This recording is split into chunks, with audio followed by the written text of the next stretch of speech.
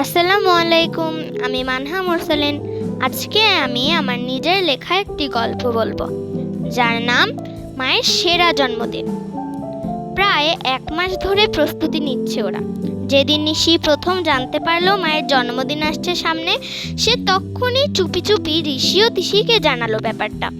মায়ের এবার 40তম জন্মদিন। তারা চায় মায়ের এই জন্মদিনটা বড় করে করতে। তাই একদিন স্কুল ছুটির পর তাদের ছাদের সেই ছোট্ট ঘর, সেখানে আলোচনা করতে বসলো।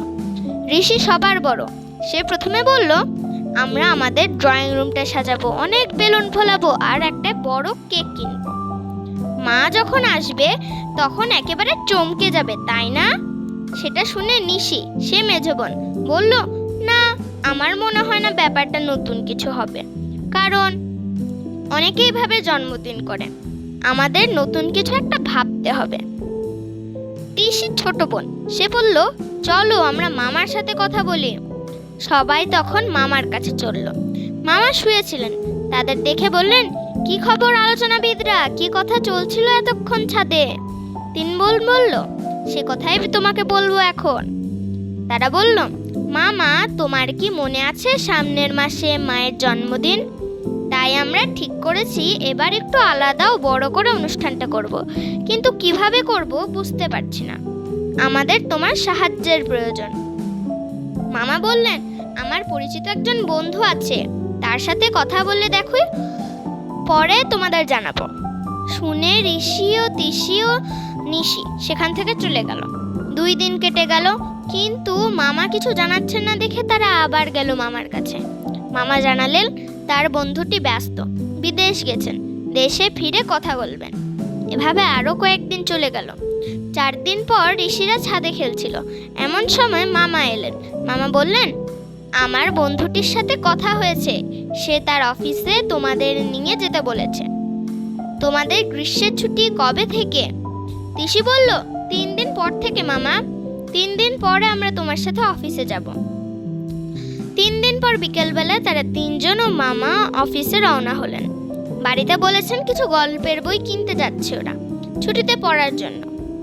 অফিসে পৌঁছে দেখা সাক্ষাৎ হলো মামার বন্ধুটির সাথে। ইনি তোমাদের তামাল মামা, তাকে বলো ঘটনাটি, বলল মামা। ঋষি জানালো তার মায়ের জন্মদিনের কথা, আরও বলল তারা অনুষ্ঠানটা বড় নতুন করে করতে চায়। তামাল মামা তাদের অনেক উপায় বললেন, তাদের কোনোটাই পছন্দ হলো না। শেষে তারা তামাল মামার কাছ থেকে বিদায় নিয়ে কিছু বই কিনে বাড়ি ফিরলেন। রাতে খাবার টেবিলে যখন খাচ্ছিল তখন মা রান্নাঘরে কাজ করছিল। নিশি তখন বাবাকে বলল তাদের ইচ্ছার কথা। বাবা তাদের কথায় রাজি হলেন এবং কোনো দরকারে সাহায্য চাইতে বললেন। রাতে নিশি নতুন গল্পের বই পড়তে বসলো। বইটি ছিল নদী সংক্রান্ত। হঠাৎ নদীর কথায় তার মাথায় একটা বুদ্ধি এলো। সে তখনই মামাকে জানালো পরিকল্পনাটা। পরদিন সকালে মামা সবাইকে, মানে বাবা, ঋষি, তিশি ও নিশির পরিকল্পনাটার কথা জানালো। মাকে জানালো না, কারণ মায়ের জন্মদিন। সবাই সেই পরিকল্পনাটাতে রাজি হলো এবং পছন্দও করলো। সবাই সেই অনুযায়ী প্রস্তুতি নিতে থাকলো। বাবা একটা সুন্দর বড় নৌকা ভাড়া করলো। তাদের পরিকল্পনা, তারা নদীতে নৌকা অনুষ্ঠান করবে। এদিকে মামা ও 3 বোন নৌকা সাজানোর কাজ করছে, ঋষি রং করছে। নিশি ও তিশির দায়িত্ব বেলুন ফোলানো, কিন্তু বেলুন এখন ফোলালে তার বাতাস বের হয়ে যাবে আর জন্মদিনের সব বেলুন নষ্ট হয়ে যাবে। আপাতত তারা সবার কাজে সাহায্য করছে। মা এসব কিছুই জানে না, খালি বলে, সারাদিন খেলাধুলা খেলাধুলা, ইংলিশটা একটু মন দিলেই তো পারিস। এদিকে জন্মদিনের দিন ক্রমশ এগিয়ে আসছে। বাবা একটা রেস্তোরাঁয় বিরিয়ানি ও কেকের অর্ডার দিয়েছে ওই দিনের জন্য। মামা মায়ের অনেক বান্ধবী, এমনকি ঋষি, নিশি ও তিশির বান্ধবীদেরও দাওয়াত দিয়েছেন। এখন শুধু দিনটির অপেক্ষা, জন্মদিনের দিন।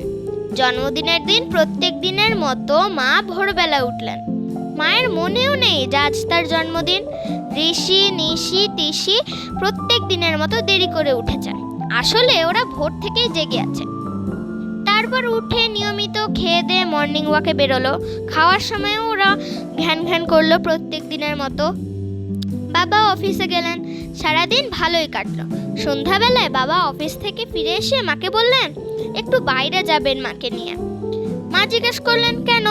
বাবা বললেন বাথরুমের যে টাইলসটা ফেটে গিয়েছে ওটা কিনতে হবে, তাই কি রং কিনবো, কি রকম কিনবো তাই তোমাকে নিয়ে যেতে চাচ্ছি। কিছুদিন আগে বাবা মাকে নতুন একটা শাড়ি উপহার দিয়েছিল। কেউ জানে না, কিন্তু ওটা জন্মদিন উপলক্ষে। মাকে সেটা পরতে বললেন বাবা। মা রেডি হয়ে রওনা দিলেন। তারপর মামা, ঋষি, তিশি ও রেডি হয়ে রওনা হলেন। মা বাবা তারপর ঋষি তিশি এক জায়গায় উপস্থিত হলেন, কিন্তু মা জানেন না যে ঋষি তিশি তাদের পিছনে আছে। ঋষি চুপ করে যে মায়ের চোখ ধরে গলার স্বর একটু মোটা করে বলল, যেখানে নিয়ে যাচ্ছি চলো, কোনো কথা নয়। মা ভয় পেয়ে গেলেন ও চুপ করে থাকলেন। একটু পরে তারা নৌকায় পৌঁছে গেল। নৌকা ছেড়ে দিল। নৌকা যখন অনেকটা দূর রওনা হয়ে গেছে তখন তিশির চোখ থেকে হাত সরালো মা। তিশি মায়ের চোখ থেকে হাত সরালো, আর নৌকার আশেপাশে থেকে লুকিয়ে থাকা মায়ের অনেক বান্ধবী, ঋষি তিশির বান্ধবী এবং বাকি সবাই বেরিয়ে এলো। চিৎকার করে বলতে লাগলো, শুভ জন্মদিন, শুভ জন্মদিন। মা অবাক হয়ে গেলেন। যখন বুঝতে পারলেন তখন কি যে খুশি হলেন। তারপর সবাই মিলে মজা করলো, কেক কাটলো, বিরিয়ানি খেলো। নৌকাটা অনেক সুন্দর করে সাজানো হয়েছিল, অনেক ভালো বেলুন, আলো ও রং দিয়ে। তারপর সবাই খাওয়া দাওয়া করলো। এভাবে সম্পন্ন হলো মায়ের সেরা জন্মদিন। ধন্যবাদ।